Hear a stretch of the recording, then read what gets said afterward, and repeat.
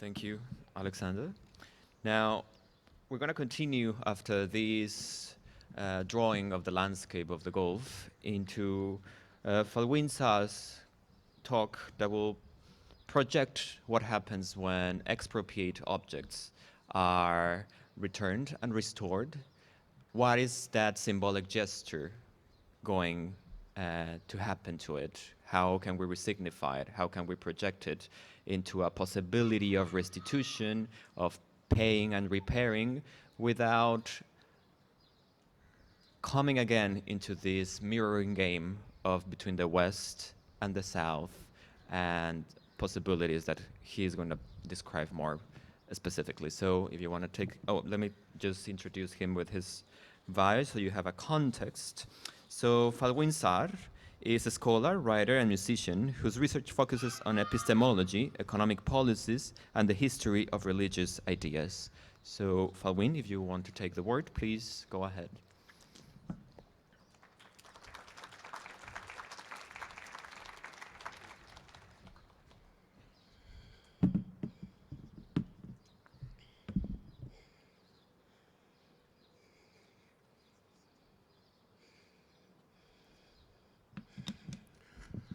I would like first to thank the organizer of the Sharjah Biennial, especially Claire Tancons, for inviting me here and allowing this conversation with Alexandre. So, as it's been told, in March 2018, I've been asked with my colleague Bénédicte Savoy, a French art historian, by the French president to write a report on the restitution of African artifacts taken by France during the colonial period.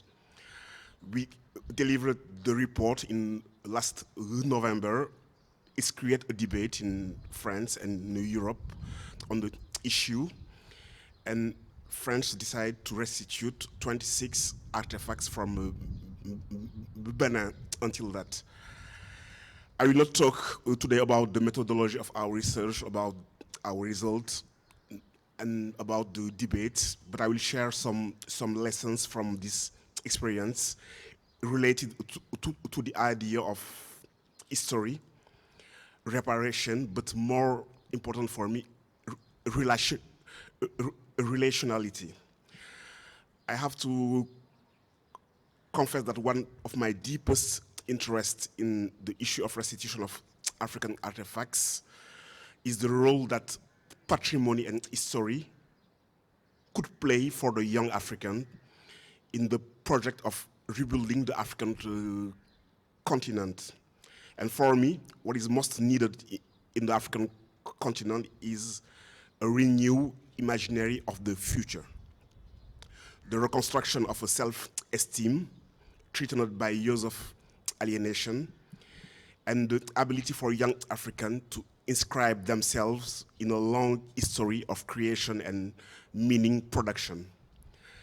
And when we take the object, the artifacts, we can consider them as archives of the long history of creativity in Africa, but they are also texts, support of social and spiritual practice, and everyone knows the crucial role they played in contemporary art history in Europe by inspiring the avant-garde.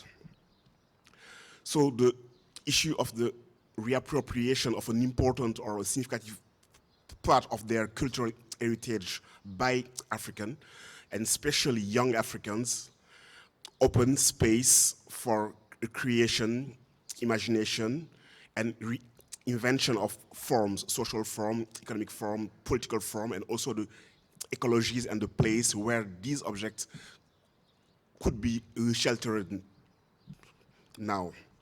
So my first point will be about the reappropriation of one's history. The absence or the lack of an important or a significant part of a cultural heritage can render memory silent and make the work of history of the young nation rather difficult when these nations are faced with the question of building a political community first and a project of a future. And for a lot of social science researchers to envision the possibility of future for African societies or nation requires clearing away the legacy of the colonial past. The memory work can function as an operator for the reconstruction of the identity of subjects, but also of the identity of the moving and the dynamic identity of communities. And the return of emblematic objects can play a role in this process. When a community considers the past as a problem to resolve, and if this past has left a trail of trauma, violence, war, genocide, etc., a work of reappropriation and negotiation vis-à-vis the past is necessary in order to start a process of resilience. The American historian Lynd Hunt reminds us that historical truth, as proven and irrefutable it may be, even if it's based on archive, on trace, on eyewitness, is never completely sheltered from truths. This truth is the more fragile when the traces that were supposed to document it were flawed. Then we must understand that we must understand the context in which these objects of cultural heritage from Africa were taken, transferred, plundered sometimes, or from African country to Europe. And the archive and object of cultural heritage contribute to this intelligibility of history. This work on historiography allows, among other things, to escape the idea of a single narrative and assume a plurality of the perspective in history. The younger generation of Africans who have not lived through the colonial period, but who are the inheritors of an history that has been transmitted via fragments and a memory occulted by a truncated history, remain hostage of this untold or this fully told piece of history.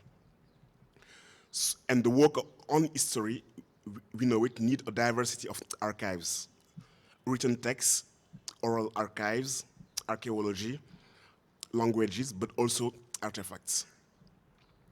So let me reflect on you on to what were these objects in African society before becoming artifacts. Throughout a large part of their histories, African society have produced original form of mediation between the spirit, the matter, and the living.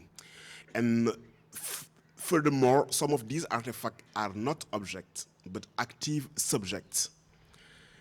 It's by ritual ceremonies that the operation of an attribution of a subjectivity to a given inanimate object is done, and this object becomes a subject.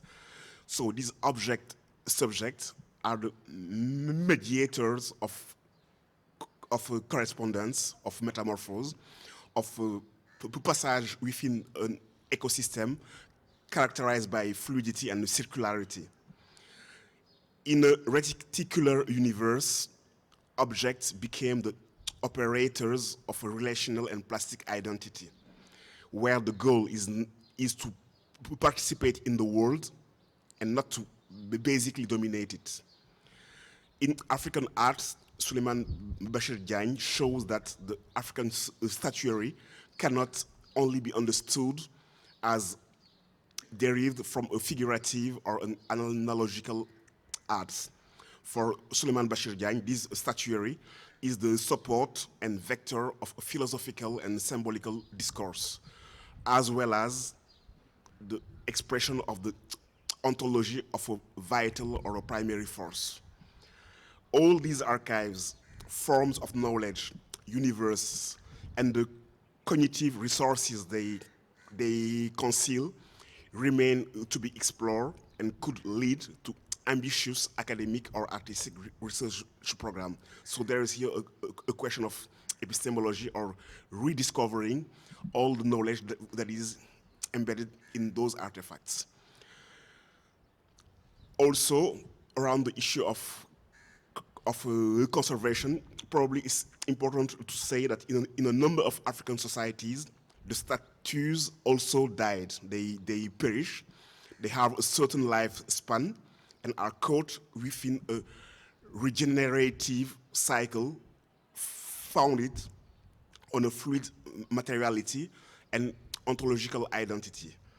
Certain statues or masks are buried for several years and then reproduce so as to renew the energetic influx that grant them an operative power. So they have a lifespan. They have to be born to life, to die, and to be born again and be in a cycle.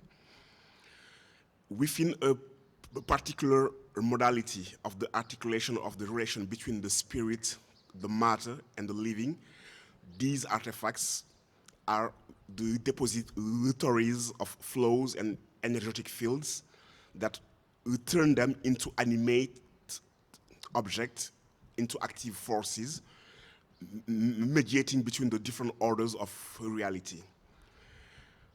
These objects are also reserve of imagination as well as the material manifestation of forms of knowledge.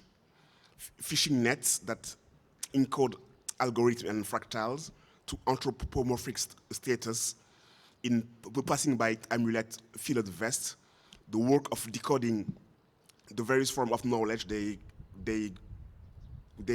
conceal, as well as the comprehension of the episteme that have produced them, still remains largely a work to be done. Also, the biographies of the object are to be renewed by adding to the Western anthropological knowledge, the knowledge of the communities that have produced these objects. This opened the possibility of a plurality of a conception of patrimony, of relation to the object, of relation to their ecologies. The museum is one occurrence of these ecologies, or to their social function. The issue of reparation, the difficult question of reparation cannot be ignored. It's a question that is often evoked in the context of crimes against humanity, violent killing linked to colonial conquest, or the predation of economic resources for which loss seem more easy, measurable. However, when we reflect on the question of the cultural object, we must understand that it's not simply objects that were taken by the gesture of appropriation, but creative resources, reserve of energy, reservoirs of potential, force engendering alternative figures and forms of reality, force of germination, and this loss is incommensurable. This is about a relation and a mode of participation in the world that has been irremediably abstract. And there is no proper compensation for that, and there will never be a proper compensation for that. Therefore, it's less a question of reclaiming financial compensation than a symbolic re-establishment through a demand for truth. Compensation here may consist in offering to repair the relation. Human communities are also fought within their imaginary as a physical body or sometimes mystical body for religious communities, and the absent member most of the time founds the community. In reflecting memory, Kader Atia showed that the recognition of this absent one allows for the restitution of something that, if it's not there, continue to demand to be put back in its proper place. It operates like a mirror that, by reflecting the missing limb of the amputee, allows him to mourn and to palliate the pain, which is indeed real, caused by the phantom limb. The analogy can be made between individual pain and those pain of a community that have become obscured through a collective denial, the refusal of recognizing and walking through painful memories as a result of colonialism, for example. So in that case, the work of restitution and the production of meaning that accompany it repairs the absence of the objects of the cultural heritage and their effect on the collective psyche. So the restitution of objects also imply, and I will probably finish with that, a fair and a just historiographic work on a new relational ethics. And by operating a symbolic redistribution, repairing the ties and renewing them among reinvented relational modalities that are qualitatively improved. So probably, if we go beyond all the debate on the historiography of object and the history, the restitution of African artifacts can be seen as a way of establishing new types of circulation of objects based on mutual respect and mutuality. The object, in that case, can therefore be the mediator of a reinvent or of a new relational ethics. Thanks for your listening.